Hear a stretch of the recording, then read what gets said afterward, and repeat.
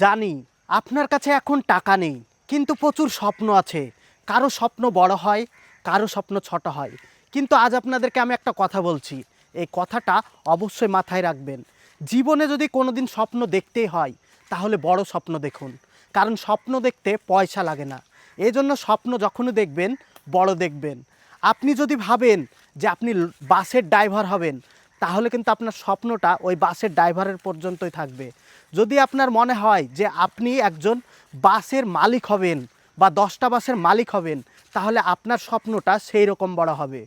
যদি মনে হয় না এই পুরো দেশটাকে আপনি চালাবেন, তাহলে আপনার স্বপ্নটা আরও বড় হবে। তাহলে সেই রকমই স্বপ্নটা মানে আপনার হবে। তো এই জন্যে বলছি, স্বপ্ন দেখতে হলে বড় দেখতে হবে। স্বপ্ন কোনো দিন ছোট দেখবেন না।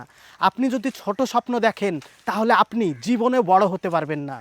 এটা আমি গ্যারান্টি দিচ্ছি আপনাদেরকে।